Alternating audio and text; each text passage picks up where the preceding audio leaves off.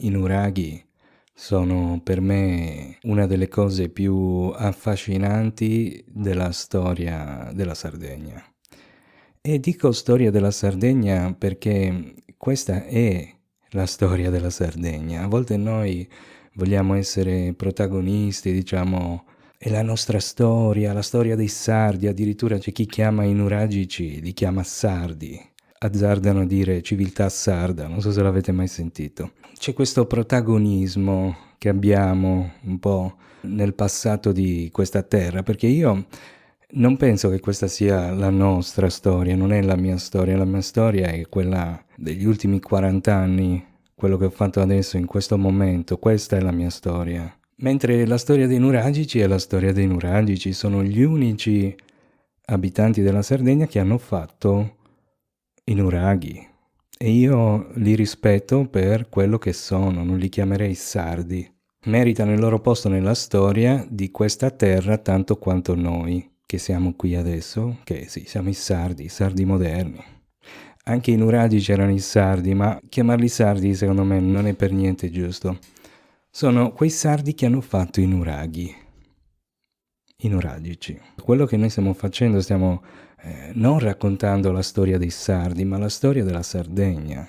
E i nuragici meritano il loro spazio all'interno della storia della Sardegna. Poi, vabbè, possiamo anche discutere del fatto che poi tutto il resto viene chiamato prenuragico ed è sbagliato, però quello è un altro discorso. Io vedo il nuraghe come uno strumento di controllo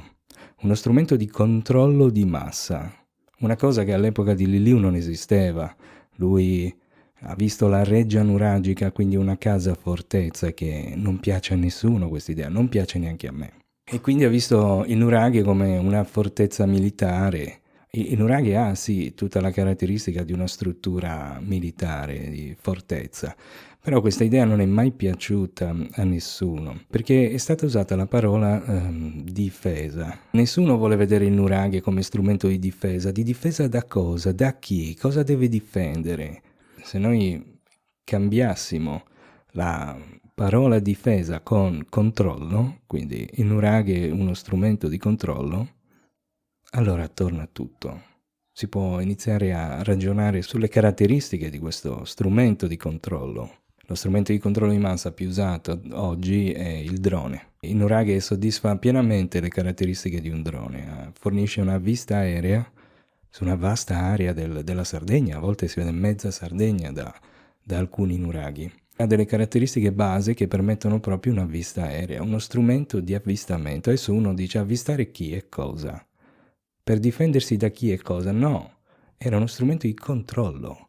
Quindi guardava la gente, le cose, i movimenti. Io vedo il nuraghe quasi come uno strumento di oppressione. Quando noi iniziamo a vedere il nuraghe come strumento di controllo e non più di difesa, cadono tutte quelle obiezioni che solitamente si fanno alla teoria militare. Il fatto che dentro non ci stia tutta la gente. Quando dice, ma se in caso di pericolo mica dentro un nuraghe ci sta tutto il villaggio. E che vuol dire? Mica noi andiamo tutti dentro la base militare in caso di un'emergenza, di un pericolo. Cioè, non possiamo pensare che il nuraghe dovesse ospitare tutto il villaggio. Il nuraghe è uno strumento che difende se stesso, l'autorità, magari anche le risorse della comunità, e poi difende anche gli altri nuraghi di cui fa parte, perché non dobbiamo pensare al nuraghe come una cosa singola. Il nuraghe non è un oggetto singolo. Non si può pensare che un nuraghe fosse contro un altro nuraghe così. Quindi un nuraghe poteva essere parte di un gruppo di nuraghi, non per forza doveva essere l'unico nuraghe della comunità. Quindi io vedo i nuraghi come dei gruppi di nuraghi. Dove finiva di controllare un nuraghe iniziava a controllare l'altro, cioè io lo vedo così. Vedo proprio questa spartizione del territorio fra nuraghi. E non bastava buttar giù un nuraghe per buttar via un'intera comunità. Forse bisognava buttarne più di uno giù e sarebbe stato difficile. Secondo me c'era un bel bilanciamento di potere tra queste persone. La teoria militare spesso si scontra con questo desiderio di pace, amore, fratellanza, che noi vogliamo attribuire alla civiltà dell'epoca. Pensiamo che fossero tutti amici, si volessero bene, che non ci fosse nulla da difendere. Ecco, per quello molti dicono non c'è niente da difendere, erano tutti amici. Qua andavano in giro un team di ingegneri a fare i nuraghi a tutti. Cioè, c'è gente che dice anche queste cose. E io invece non la vedo così, non la vedo proprio così, perché devo immaginare un paradiso in terra? Molti dicono, perché c'erano molte risorse e c'era tanto commercio e quindi erano amici, cioè, ma scusate, è proprio il contrario. Tante risorse, tanto commercio, zero amici.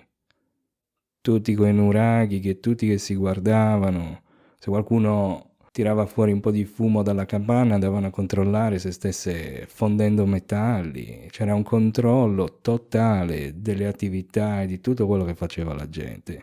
Infatti, quando poi i nuraghi fanno torri aggiuntive, quelle torri non vanno più in alto per vedere chissà chi arriva da chissà dove.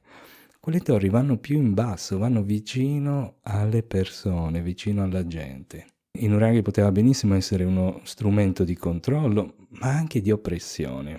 Liliu diceva che i nuragici erano assoggettati al culto. Poi del culto, se volete, un giorno si può dire due parole. Ogni culto è inventato da qualcuno che pensa di controllare le persone e fare profitto. Il culto che hanno sviluppato i nuragici noi non lo dobbiamo vedere soltanto come la madre terra, la fertilità, cioè quella era gente che operava un trasferimento di risorse dalle persone a chi amministrava il culto.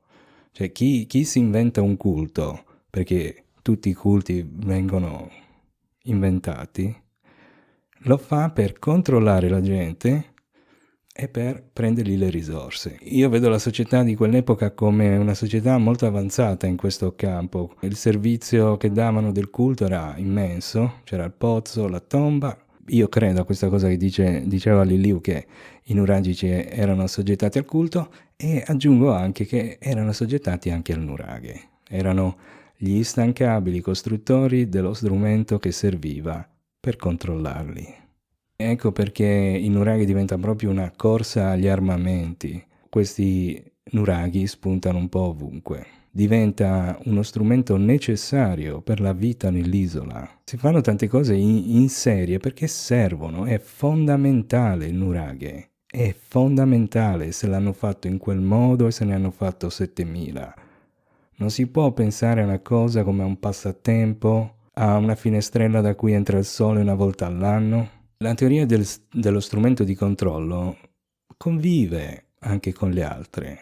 A che punto siamo? Siamo al punto in cui c'è una sola teoria militare, che è quella storica di Liliu, che poi può essere anche riconvertita a sistema di controllo anziché di difesa. Non ce ne sono altre teorie militari. Tutte le altre teorie scartano completamente l'ipotesi militare, sono tutte tendenti verso al culto. Ci sono alcune cose assurde, tipo chi dice che il nuraghi è l'organo femminile, oh wow, sto zitto. Questo è il pozzo, figo, è quel buco lì.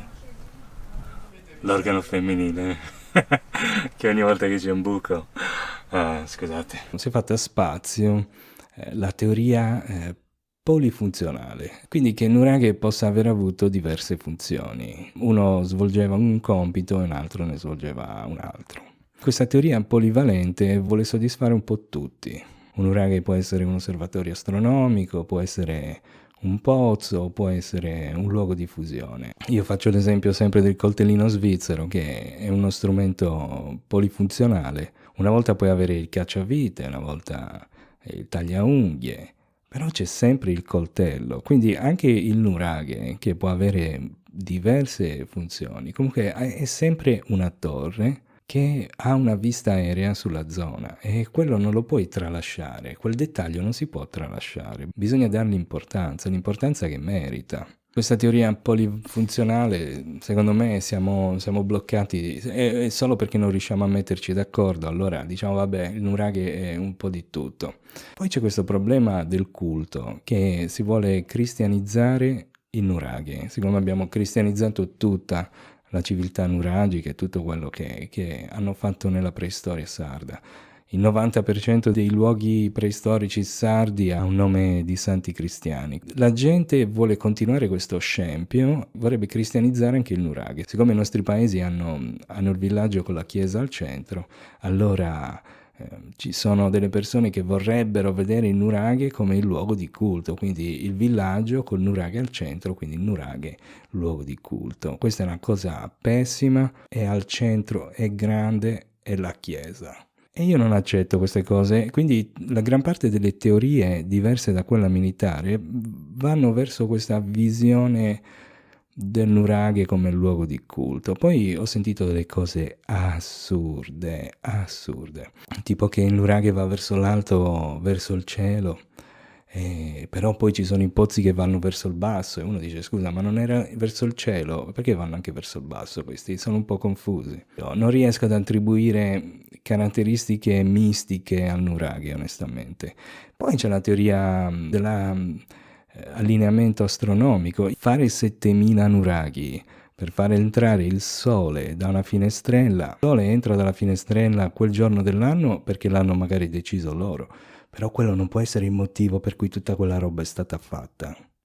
Sui nuraghi c'è ancora tanto da scoprire. Senza dubbio la Sardegna è l'unico posto al mondo in cui ci sono i nuraghi. Punto. Questo non lo voglio più ripetere, perché spuntano nuraghi in altri posti. Ci possono essere torri in tanti posti del mondo. Possono anche essere simili ai nuraghi. Quello che rende i nuraghi speciali è che sono distribuiti nel territorio, ovunque. Tanti, molto simili, è una rete, un network. Se tu trovi 1, 2 torri simili a nuraghi in un altro posto, mancano tutti gli altri 7000. Quindi il nuraghe è solo se è parte di un network, se sono così tanti e così distribuiti e fatti in quel modo. Quindi non esistono nuraghi da nessun'altra parte del mondo, perché dovrebbero essere 7000, ecco, per dire anche lì ci sono i nuraghi. Il nuraghe ha senso solo in una situazione in cui ce ne sono tantissimi, perché è secondo me un sistema di controllo di massa. È importantissimo che siano tanti, altrimenti non sono nuraghi. Cosa è successo a questi nuraghi? Quello che sappiamo è che hanno iniziato a romperli subito. Infatti c'è scritto al museo di Cagliari, cioè c'è un cartellone, spero che non lo cambino, e c'è scritto proprio lì che i nuraghi vennero distrutti subito. Poi sì, anche noi abbiamo preso delle pietre per fare le case, però sono stati distrutti subito. Non esiste un nuraghe che abbia la parte superiore. Non c'è un nuraghe che abbia la parte superiore, perché sono state tutte distrutte. C'è stato quasi un rigetto del nuraghe proprio, sono stati smantellati, perché se fosse stato occulto, qualcosa di importante, la gente avrebbe perlomeno cercato di preservarli un po' di più. Invece no, tanti li hanno tagliati tutti alla sommità, hanno tolto da sopra i nuraghe qualsiasi cosa ci fosse. Secondo me lì non c'era nient'altro che della gente che guardava e che controllava tutto. Un'altra cosa, la comunicazione. Il nuraghe come strumento di comunicazione, ok, poteva comunicare cose tipo ora di lavorare, ora di andare a casa, mangiare, festa o pericolo. Le comunicazioni importanti non andavano via aria. Si comunicava con i messaggeri, non è che si parlava dei fatti propri tra nuraghe e nuraghe, quindi che sia nato come strumento di comunicazione, no, perché la comunicazione avveniva in altri modi, la gente non urlava le cose da lontano. Le cose standard, le cose importanti, le cose magari pericolo, ok, e tutta l'aria, tutti i nuraghi si accendevano e iniziava il flusso di truppe o quello che era. Quello sì, una comunicazione d'emergenza, comunque non le comunicazioni tutte. Quindi che fosse lo strumento di comunicazione? No, non credo. Che comunicasse alcune cose tra nuraghe e nuraghe? Sì, ma che sia stato costruito per comunicare? Ni. Poi come luogo di culto non torna, perché i nuraghi sono difficili da raggiungere. Ci sono alcuni nuraghi che non fa raggiungere neanche oggi. Invece abbiamo visto che le aree di culto sono enormi, in grandi recinti, in spazi aperti. Santa Cristina abbiamo visto com'è, cioè sono spazi enormi. I luoghi di culto sono luoghi di business. Non fai business facendo il culto dentro il nuraghe a Cuccuru. Non riesci a fare i soldi con il nuraghe nella cima della montagna. Non è proprio fattibile. Il culto erano grandi mercati, grande cosa. Quelli volevano fare i soldi, doveva essere facile andare al luogo di culto, non è che dovevi salire fino al nuraghe. Non avrebbero fatto una lira. Io vedo sempre anche il luogo di culto come un business. E infatti anche i bronzetti non era una cosa diversa da per esempio una tassa. I bronzetti è la cosa che abbiamo trovato di più. Era anche quello un trasferimento di risorse dalla popolazione a chi amministrava il culto. La gente magari era anche obbligata a comprare il bronzetto, non gli fregava magari niente, però se doveva prendere sto bronzetto, pagarlo, portarlo lì, fare il rito, e i bronzetti che la gente lasciava li risquagliavano e li rivendevano al prossimo. E io la vedo tranquillamente così, ragazzi, potrebbe essere così. C'è addirittura un luogo dove c'è sia il luogo di culto che il luogo dove si fondeva, Sarco e Sforros, se non sbaglio. E quindi lì è proprio palese che la gente andava, prendeva il bronzetto, faceva il rito, poi veniva ripreso, squagliato e rivenduto. Io la vedo così, una tassa, il bronzetto come tassa. Infatti la gente li nascondeva. La maggior parte dei bronzetti che abbiamo trovato noi erano nascosti dalle persone, in dei buchi, non so come si chiamano questi nascondigli. Comunque erano una risorsa e veniva usata per trasferire ricchezza dalla popolazione a chi amministrava il culto, io lo vedo così. E oggi vi risparmio il rito della fertilità, oggi ve lo risparmio, perché non si può, anche lì, mamma mia.